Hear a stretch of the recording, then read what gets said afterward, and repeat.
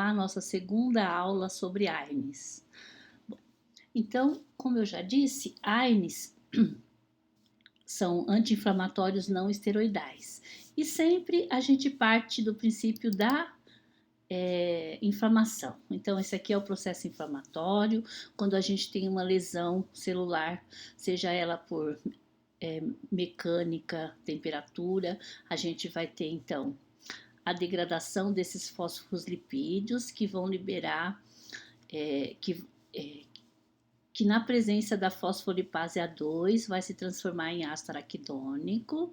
Esse ácido araquidônico ele tem dois caminhos. Se ele encontrar a lipoxigenase, ele vai se transformar em leucotrienos, que são potentes broncoconstritores. E se eles encontrarem a ciclooxigenase, eles vão formar as prostaglandinas e a prostaciclina, a tromboxana, que dá agregação plaquetária, e as prostaglandinas e a prostaciclina, que são responsáveis pela inflamação, cujos sinais cardinais são dor, calor, rubor e edema. Tá? Então, numa primeira aula, a gente falou um pouquinho sobre a inflamação, que o mecanismo de ação dos AINES, ele vai acontecer como inibição periférica e central da atividade da enzima ciclooxigenase, subsequente diminuição da biossíntese e liberação dos mediadores das prostaglandinas, que são mediadores da dor, da inflamação e da febre. Logo, os AINES, eles vão ter ação anti-inflamatória, analgésica e antipirética. Depois a gente falou um pouquinho sobre a ciclooxigenase e um pouquinho sobre as prostaglandinas, inclusive falamos das aplicações terapêuticas das prostaglandinas. Então, hoje, basicamente, a aula vai ser sobre os AINES. Os AINES, como a gente já tinha dito antes, ele é um grupo quimicamente heterogêneo de fármacos, então eles têm estrutura química variada, existem vários no mercado, mas que apresentam em comum a capacidade de inibir a COX. Então, quando eles inibem a ciclooxigenase, que é a COX, eles vão diminuir a produção daquelas prostaglandinas que são responsáveis pelo processo inflamatório. Bom, então a gente tem muitos grupos, a gente vai falar de alguns, vai dar alguns exemplos e vai falar alguns mecanismos. Esta inibição da COX, ela pode acontecer de duas formas. Ou elas são seletivas ou elas são não seletivas. Às vezes, a gente vai falar que elas são preferenciais, ou seja, elas não são totalmente seletivas, mas elas têm preferência por algum tipo de COX. A gente tem a ciclooxigenase 1, a ciclooxigenase 2 e a ciclooxigenase 3. Como eu disse anteriormente, a gente sabe muito pouco da ciclooxigenase 3, mas a gente sabe que ela está relacionada ao controle da temperatura do corpo e está presente no sistema nervoso central. E a gente vai começar falando sobre o primeiro grupo dos AINES que a gente vai falar, vai ser os salicilatos. E por que os salicilatos? Porque os salicilatos foi realmente o primeiro desse grupo a ser utilizado. Então, o primeiro AINES a ser utilizado foi eles retiravam a casca de uma árvore chamada... Esqueci o nome da escola de samba. Bom, era de uma planta chamada salgueiro, e dessa planta eles extraíam a salicilina. E a salicilina foi, então, o primeiro analgésico a ser utilizado. É fitoterápico. No final do século XIX, em 1899, a Bayer sintetizou o ácido acetil salicílico, que tem o nome comercial de aspirina, que até hoje é bastante utilizado, é um AINES bastante utilizado. Então, a gente tem como salicilatos o ácido acetil salicílico, a aspirina, a gente tem o ácido acetil salicílico, o AAS, a gente tem o salicilato de metila e tem o ácido salicílico. A aspirina todo mundo já conhece, inclusive é um dos fármacos muito utilizados, principalmente nos Estados Unidos. Estados Unidos, eles adoram aspirina. O salicilato de metila, vocês que fizeram aula prática, provavelmente utilizaram salicilato de metila numa formulação de uso tópico, naquela pomada tipo gelol. A gente utiliza nas formulações de uso tópico e essas formulações dermatológicas, elas não têm ação farmacológica comprovada. Então, vocês não vão encontrar dentro do SUS, dentro do serviço público, para dispensar nenhum anti-inflamatório de uso tópico. A gente só distribui, a gente dispensa, a gente padroniza medicamentos com ação farmacológica comprovada. E a gente não tem como comprovar a ação farmacológica do salicilato de uso tópico. O ácido salicílico, na verdade, a gente usa mesmo ele como queratolítico, então provavelmente no laboratório também de produção vocês devem estar utilizando o ácido salicílico, que é para retirar aquelas camadas mortas da pele. Então é o efeito que a gente chama de queratolítico. Eu coloquei aqui o mecanismo de ação dos salicilatos. Por quê? Porque o salicilatos, ele inibe de forma irreversível, ele tem preferência pela COX-1. Mas essa preferência vai até a página 2, porque dependendo da dose, ele vai agir tanto na COX-1 como na COX-2. Tá? Então, por isso eu coloquei ele aqui. Ele vai inibir mecanismo de ação. Por que ele é um AINES? Porque ele inibe a COX, diminuindo a formação de prostaglandina. E a preferência dele, então, é pela COX-1 em doses baixas. O uso terapêutico, o AS, em doses baixas, ou seja, agindo preferencialmente na COX-1, ele é utilizado como antiagregante plaquetário na profilaxia de doenças trombóticas, por exemplo, como AVCs, como infarto agudo do miocárdio, embolia pulmonar, tá? Então, a gente utiliza o ácido acetil salicílico porque ele vai diminuir a produção daquela prostaglandina chamada tromboxana, que é responsável pela agregação plaquetária. Então, a gente classifica o ácido acetil salicílico em baixas doses, tanto é que a gente usa o AS infantil, que a gente dispensa bastante nas unidades, na profilaxia dessas doenças tromboembolíticas. Em doses maiores tem ação analgésica e anti-inflamatória, e a gente já usou muito como anti-inflamatório, inclusive para artrite reumatoide. Antigamente, quando se usava, a gente utilizava 6 gramas de ácido salicílico por dia. Então era uma dose muito alta e por isso que a gente hoje não utiliza mais. Como eu já disse anteriormente, o salicilato de metil é utilizado em formulações tópicas, sem ação farmacológica comprovada, e o ácido salicílico usado em formulações dermatológicas como queratolítico. Bom, os efeitos adversos, é óbvio que tem bastante efeito adverso, mas antes da gente falar do efeito adverso, vamos falar do efeito farmacológico. Tá? Assim como todo AIDS, então ele tem uma ação analgésica e tem uma ação anti-inflamatória. E o ácido acetil salicílico também tem uma ação antipirética. Então ele tem ação analgésica, anti-inflamatória, antipirética e ainda é antiagregante plaquetário em baixas doses. Efeitos adversos, é claro, né? Junto com os efeitos farmacológicos, a gente vai encontrar os efeitos colaterais. Então, um dos efeitos colaterais do ácido acetil salicílico, por exemplo, são os distúrbios gastrointestinais.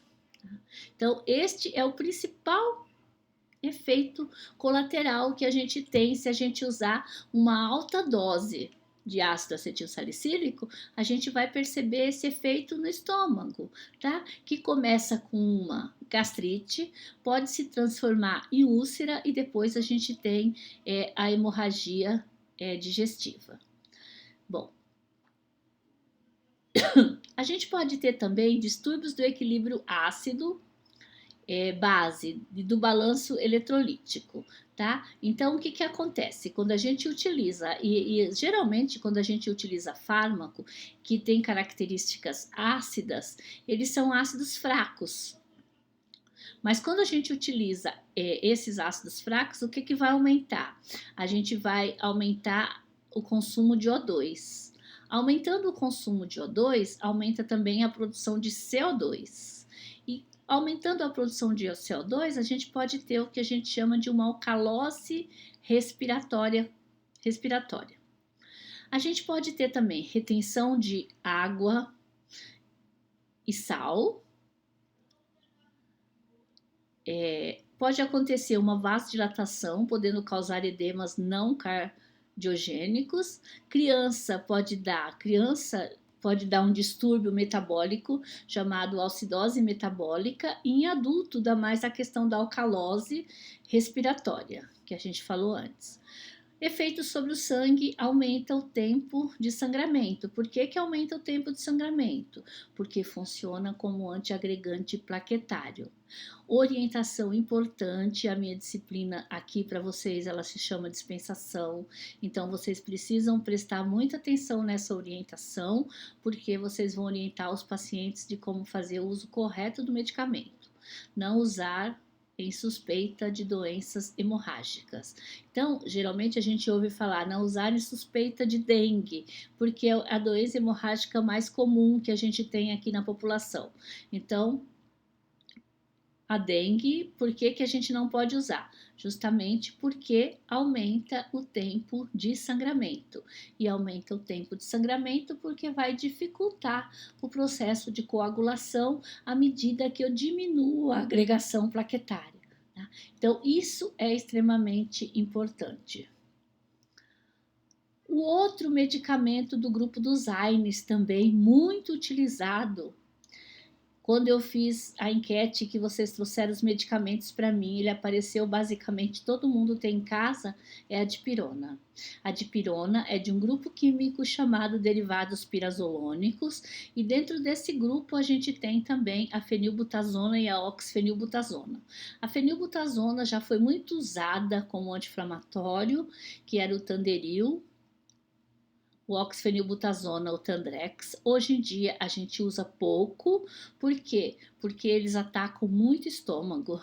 Os efeitos gástricos são bastante acentuados. Então, hoje, o que a gente utiliza muito deste grupo é a dipirona. A dipirona é o fármaco mais utilizado deste grupo. Ele tem ação antipirética e analgésica e pouca ação anti-inflamatória. É de uso proscrito nos Estados Unidos. Então, o que significa uso proscrito? Os médicos não prescrevem mais. O uso dele é proibido nos Estados Unidos. Em compensação, os Estados Unidos têm um consumo exagerado de aspirina. Então, é uma coisa um pouco política.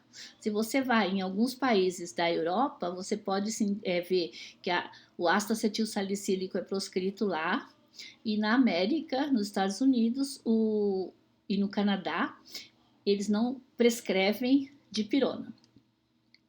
Agora, aqui no Brasil, ele é o antipirético e o analgésico mais utilizado.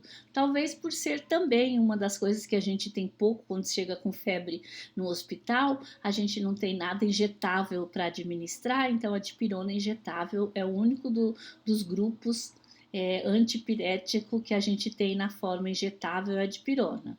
Então, talvez seja por isso, mas fora isso, o pessoal utiliza muito, não só como antipirético, a ação antipirética dele é muito boa, tanto é que às vezes o médico prescreve outro antipirético, mas fala, se a febre não diminuir, usar dipirona.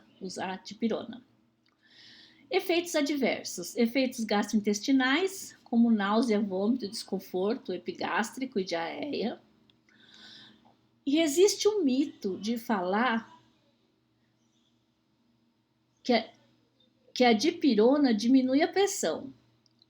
O uso contínuo causa aumento da pressão arterial. Tá, gente? Então, se alguém falar para vocês que a dipirona aumenta a pressão, não acreditem, é mito.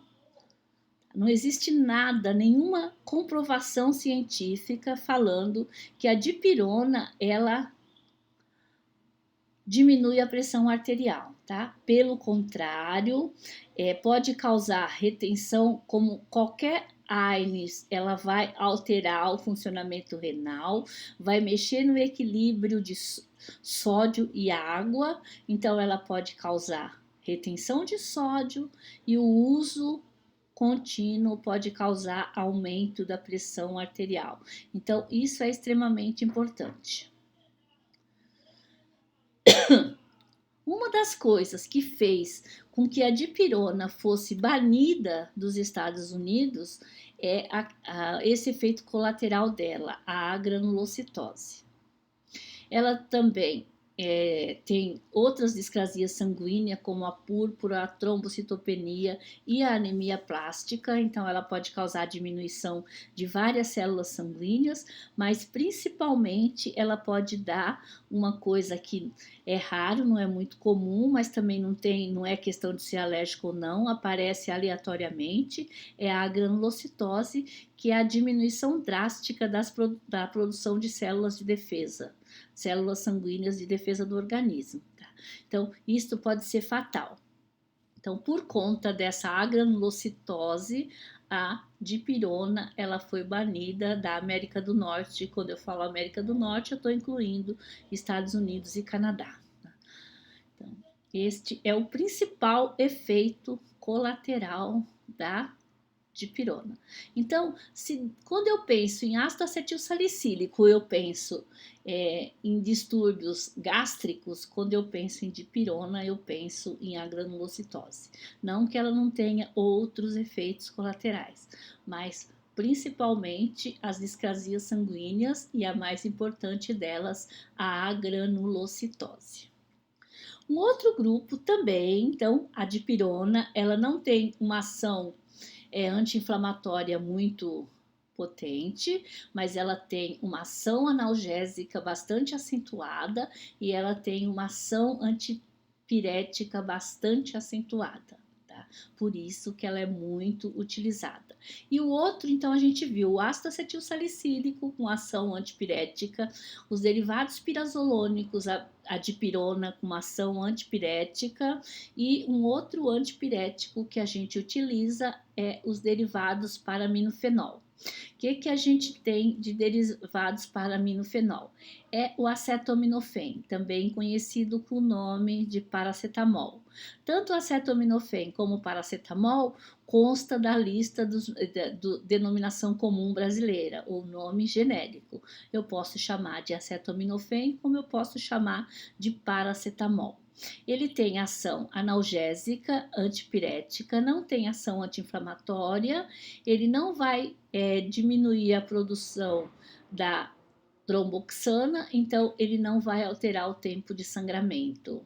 Os efeitos colaterais mais frequentes é a questão da hepatotoxicidade. Toxicidade porque ele é dose dependente. Então, aquela coisa de ficar tomando para ressaca, tomem cuidado, porque aí o pessoal já tem o álcool que detona o fígado e ainda toma uma concentração muito alta de paracetamol por conta da dor de cabeça, ataca mais ainda o fígado, tá? Então, o efeito colateral importante do paracetamol é a hepatotoxicidade.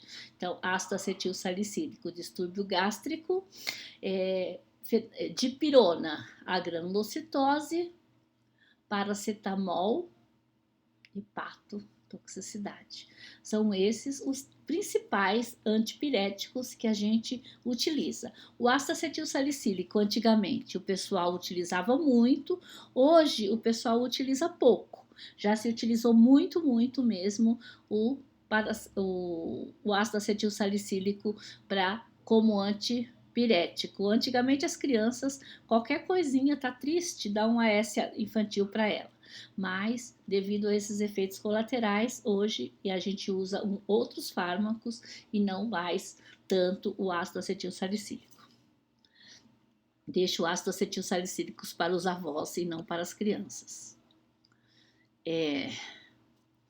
Um grupo do AINES que é extremamente importante. Quando eu falo importante, eu estou sempre lembrando que vocês vão encontrar bastante por aí, e também apareceu muito quando a gente pediu para vocês verem o que vocês tinham em casa de AINES, os derivados do ácido fenilacético. Então a gente tem o diclofenaco, existe no mercado o sódico e o potássico.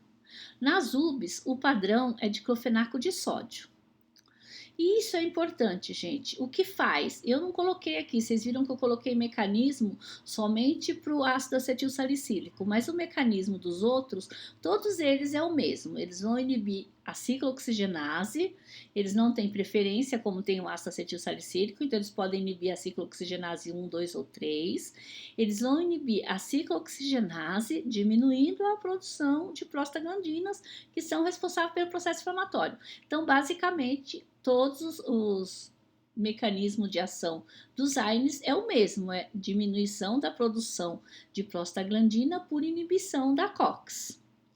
Então, nas unidades, o que faz a inibição da COX, no caso, é o diclofenaco. Então, o diclofenaco que vai inibir a COX, independente se ele é sódico ou se ele é potássico. Professora, mas o que então que muda a questão de ser sódico e ser potássico? É questão de distribuição, de tempo de ação, de permanência no organismo, tá? E de eliminação. É esses parâmetros que a gente chama parâmetros farmacocinéticos que vão ser alterados quando eu substituo um pelo outro. Ah, tem gente que fala, então é melhor para isso, melhor para... Gente, a ação anti-inflamatória é a mesma. É a mesma, tanto faz o diclofenaco ser de sódio como ele ser de potássio. O que muda realmente são questões farmacocinéticas. Tá? Então, nas unidades básicas de saúde, o padrão que a gente tem é o diclofenaco de sódio. E a prescrição é do médico, e vocês só sabem que quem define o que vai prescrever é o médico.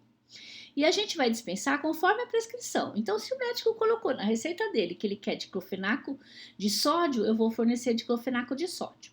Se ele colocou na prescrição que ele quer diclofenaco de potássio, eu não vou fornecer diclofenaco de sódio.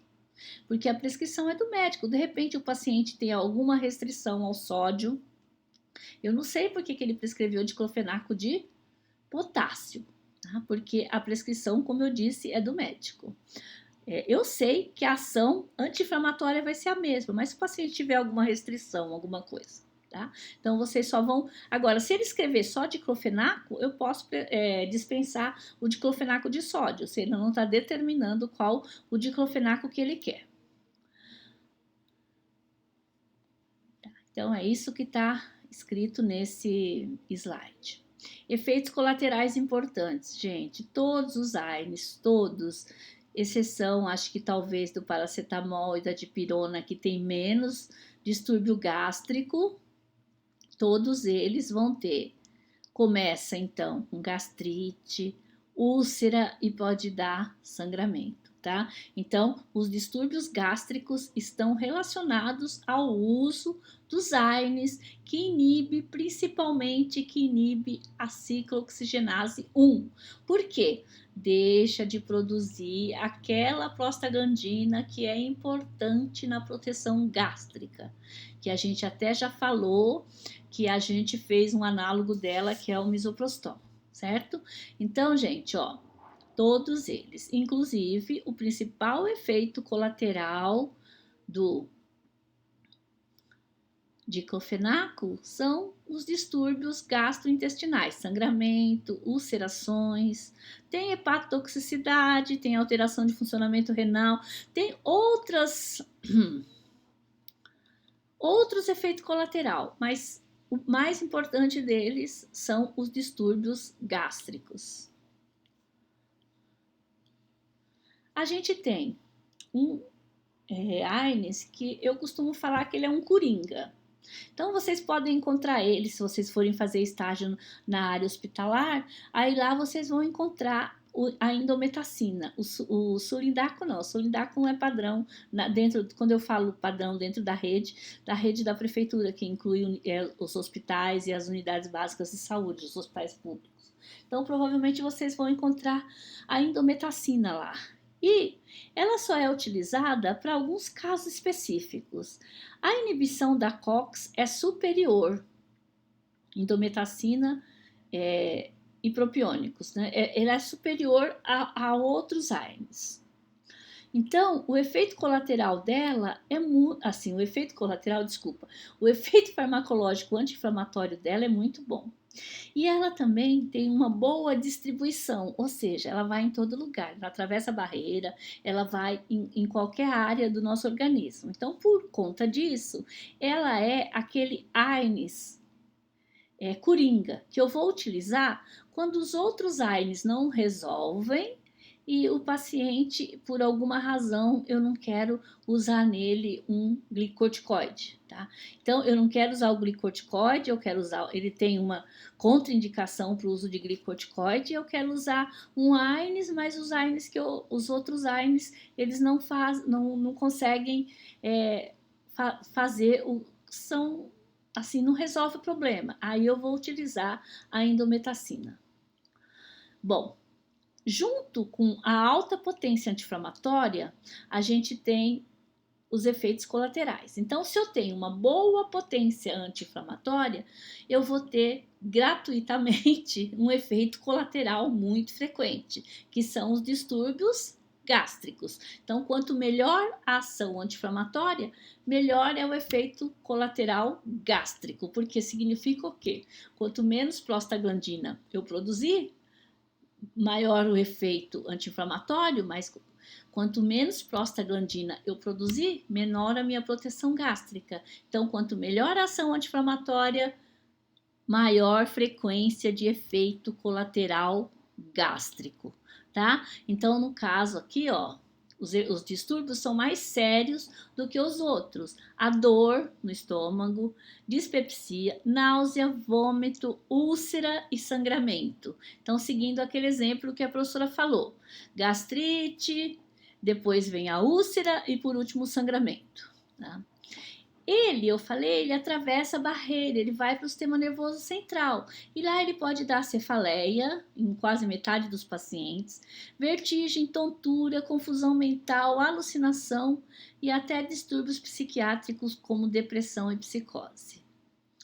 Ele também ataca as células sanguíneas, então ele dá o que a gente chama de discrasias sanguíneas, como diminuição de nêutrons, neutropenia, trombocitopenia e anemia aplástica. E também tem as ações na pele, que pode ser erupções cutâneas, prurido, que é coceira, urticária, crises agudas de asma, tá? Então, como vocês podem ver, ele é um ótimo anti-inflamatório, mas com muito efeito colateral. Por isso, ele só é utilizado quando os outros AINES não funcionam. Um outro grupo aqui, derivados do ácido propiônico, também muito frequente, apareceu bastante quando a professora pediu os medicamentos, apareceu muito ibuprofeno, tá? E cetoprofeno acho que apareceu algumas vezes, mas tem também o naproxifeno, o fenoprofeno e o flurbiprofeno, mas esse daqui, ó, ibuprofeno, naproxifeno e o cetoprofeno, o ibuprofeno e o cetoprofeno são os mais frequentes. Inibição da COX, ele tem, então, o mecanismo de ação dele, que ele é um AINES, ele vai inibir a COX, mas ele também vai agir no sistema que a gente chama de cinina e histamina, que também causa o processo inflamatório, a bradicinina, a histamina, tá? Então, elas também são responsáveis por uma parte do processo inflamatório, então eles também vão inibir esse sistema aqui. Então, é um plus de ação, uma ação um pouco maior, né, que vai agir, além de inibir a COX, diminuir a produção de prostaglandina, ele também vai diminuir a ação das bradicininas, das cininas e da histamina.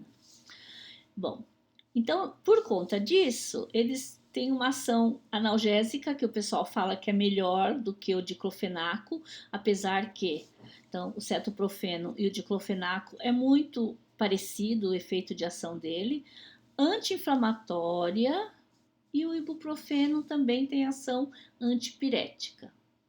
Quando eu comecei a trabalhar, e faz um tempinho já, não posso falar para vocês não ficar calculando a minha idade, a gente utilizava muito o ibuprofeno adulto, que era o famoso Artril, muito. Mas aí, de repente, ele sumiu, o pessoal parou de prescrever. E de uns 10 anos para cá, ele retornou, mas ele retornou principalmente pela mão da pediatria. Os pediatras descobriram a ação dele, tanto analgésica como antipirética, e começaram a prescrever o ibuprofeno. E agora ele foi padronizado na rede. Na pediatria, ele é um dos poucos anti-inflamatórios mesmo, a não ser a gente tem os analgésicos e os antipiréticos, mas anti-inflamatório pediatra dos AINES. Pediatra não prescreve muito, mas assim, ele é um dos poucos que está lá padronizado na rede e voltou ao uso assim, e como a gente pode ver, um monte de gente hoje em dia utiliza o ibuprofeno. Tá? Efeitos colaterais mais frequentes. Então, é a questão dos distúrbios gastrointestinais, que começa com gastrite, pode dar úlcera e pode dar hemorragia.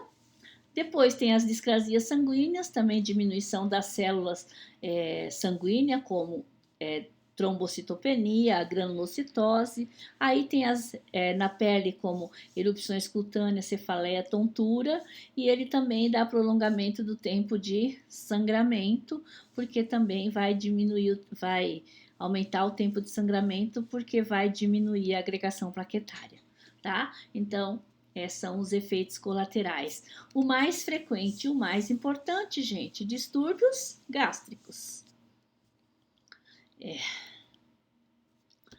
Um grupo também muito conhecido, vocês chegaram a falar também, os derivados do Oxicam.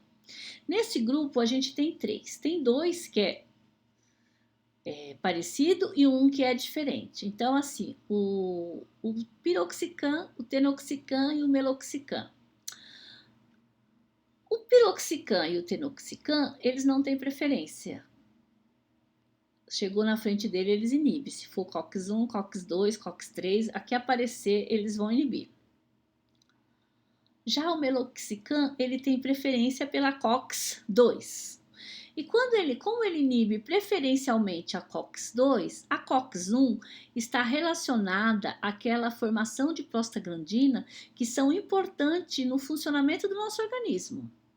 E a COX-2 pelo processo inflamatório. Então, quando o medicamento ele tem preferência pela COX-2, ele diminui bastante os efeitos colaterais gástricos. O piroxicam e o tenoxicam, ele tem boa ação anti-inflamatória e proporcionalmente maior, como eu já disse, frequência de efeitos colaterais gástricos. Tenoxicam também por apresentar a forma farmacêutica endovenosa e alto poder analgésico e anti-inflamatório, é bastante usado no pós-cirúrgico. Então, às vezes, vocês vão encontrar o Tilatil, que é o tenoxicam, nos hospitais também, justamente porque o pessoal do pós-cirúrgico gosta de utilizar por causa da ação, da potente ação que ele tem, tanto analgésica, principalmente, também anti-inflamatória, mas também uma das razões é por conta da ação, da apresentação endovenosa. Efeitos colaterais mais frequentes. Bom, tá ali o GI, né, os distúrbios gástricos, tá? Que são mais frequentes porque quando tem boa ação anti-inflamatória, exceção do meloxicam, tá? Então, o meloxicam não apresenta esse efeito colateral. Esse aqui vale para os outros 2, cefaleia, zumbido, edema, prurido, erupções cutâneas, aumento da transaminase, anemia e discrasia sanguínea, tá? Então, é o básico, efeitos colaterais gástricos, efeitos colaterais sanguíneos, tá? Então, dos derivados do Oxicam, exceção do meloxicam, que tem preferência pela COX-2 e por isso apresenta pouco efeito colateral gástrico. Um grupo também que eu acho bastante interessante, não é o mais utilizado, mas ele é interessante, principalmente por conta desse aqui, ó. Então, a gente tem aqui os ácido mefenâmico, flufenâmico, etofenâmico, mecofenâmico e tolfenâmico. Então, todos esses aqui, ó, a gente usa em formulações de uso tópico. Então, como a professora já disse antes, a gente não tem ação farmacológica comprovada. mas a gente tem sim do ácido mefenâmico. O ácido mefenâmico, ele vai inibir principalmente a produção daquela prostaglandina que é responsável pela contração uterina. Então, diminui a contração uterina e diminui as cólicas menstruais. Então, é o famoso Ponstan. O ácido mefenâmico diminui a produção de prostaglandina, que causa estimulação da contração uterina. O fármaco é utilizado nas cólicas menstruais. Os outros integrantes são usados em formulações tópicas anti-inflamatórias sem ação farmacológica comprovada. Tá? Efeitos colaterais com o ácido mefenâmico seria os distúrbios gástricos, principalmente também as discrasias sanguíneas, que pode dar anemia hemolítica. Então, isso é muito frequente nos AINES. Distúrbios gástricos, como gastrite, úlcera, sangramento, discrasias sanguíneas. No caso de alguns, a granulocitose, né, e as outras discrasias mais leves. Então, esses são muito frequentes. Esqueceu o efeito colateral de AINES, vai fazer uma prova, qualquer coisa. Não lembra de efeito colateral nenhum de AINES, preste atenção que se não tiver preferência pela COX-2, com certeza um dos efeitos comuns são os distúrbios gástricos. Gastrite, úlcera, sangramento gástrico, tá? Isso é comum para quase todos eles. Aí tem esse bonito aqui que eu gosto de falar, de ver os alunos falando, derivado da fenoximetanosulfonilida, que é o famoso nimesulida. E ele é interessante também, só tem um grupo, né? Tem um nome tão grande, mas só tem um fármaco que é a nimesulida. Na verdade, ele é um AINES, mas ele inibe pouco a formação de prostaglandina. Mas além de inibir, então a ação anti-inflamatória dele é menor do que a ação analgésica. Tem gente que toma nimesulida achando que ele é um anti-inflamatório, mas na verdade ele funciona mais na analgesia do que propriamente em toda a ação anti-inflamatória. E como analgésico, ele tem também um mecanismo a mais analgésico, que é um mecanismo central analgésico noradrenérgico. A noradrenalina, ela inibe a informação de dor. Então, gente, isso acontece, por exemplo, vocês já ouviram falar que quando as pessoas sofrem um acidente ou alguma coisa, que na hora elas não sentem dor. Por que elas não sentem dor? Por conta da adrenalina. Então, a adrenalina, quando você tem uma descarga de adrenalina, ela inibe a informação de dor. Aí, quando passa essa descarga de adrenalina, aí o que você percebe a dor, tá? Então, a adrenalina funciona como inibidor da informação de dor. Por isso que os antidepressivos, esses atípicos, esses antidepressivos mais novos, alguns deles que melhoram a transmissão noradrenérgica, eles são utilizados no tratamento da dor crônica, tá? Então, vários antidepressivos e os antidepressivos tricíclicos também são utilizados no tratamento da dor, por conta deste mecanismo central analgésico, ou seja, a adrenalina, ela inibe a informação de dor.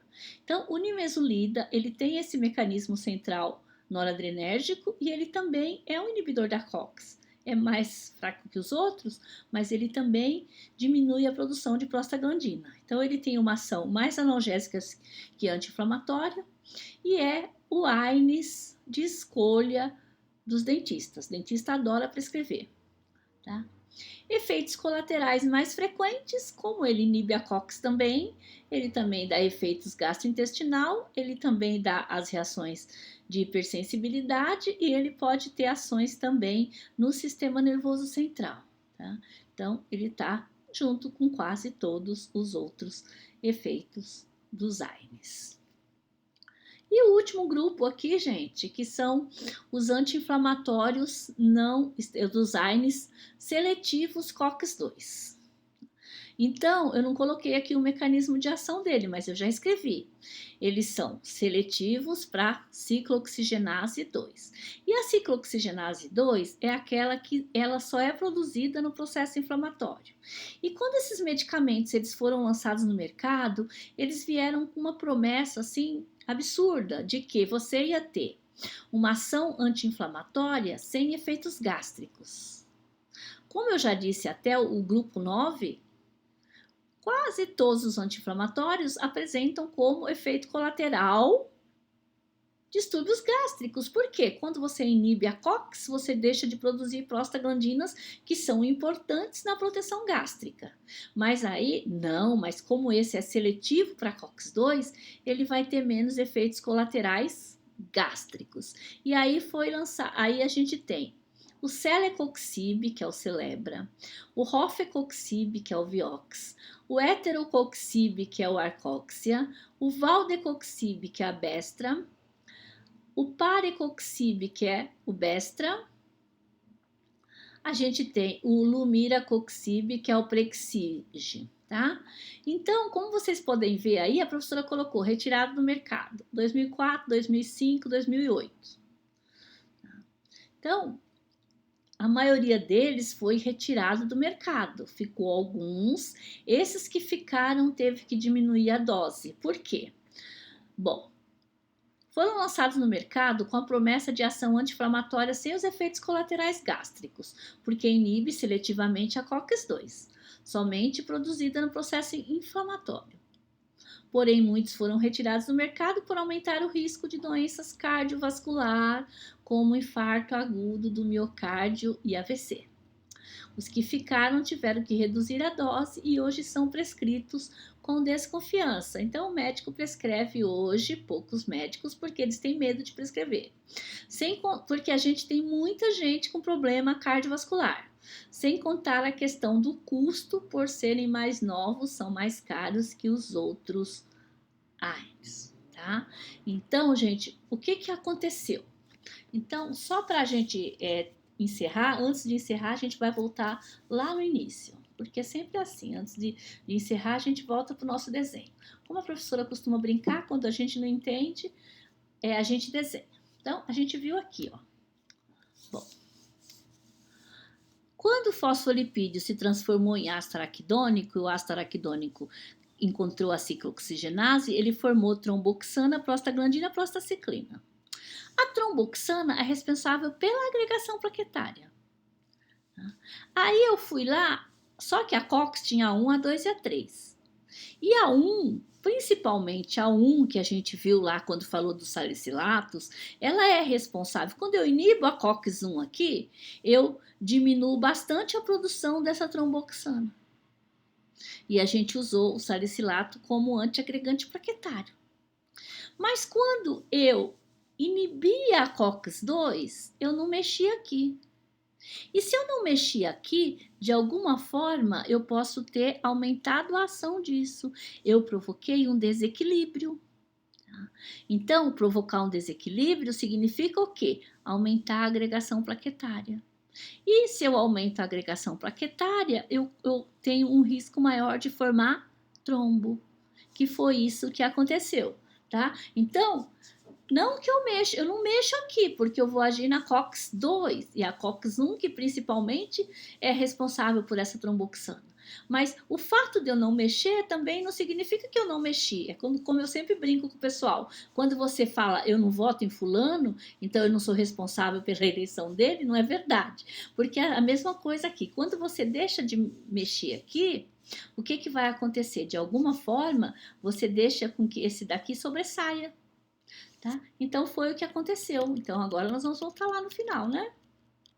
Opa, só passando aqui é bom, porque a gente vai, tá? Então foi isso que aconteceu. Aumentou o risco de doença cardiovascular, ó, tá? E é um dos problemas. A gente usa um AINES para profilaxia dessas doenças e aqui a gente usa um AINES que causa essas doenças, que aumenta o risco dessas doenças. Tá? Então isso é bastante interessante e bastante legal. E com isso a gente acabou a nossa aula sobre os AINES. Tá bom, pessoal? Muito obrigada, espero que vocês tenham aprendido alguma coisa.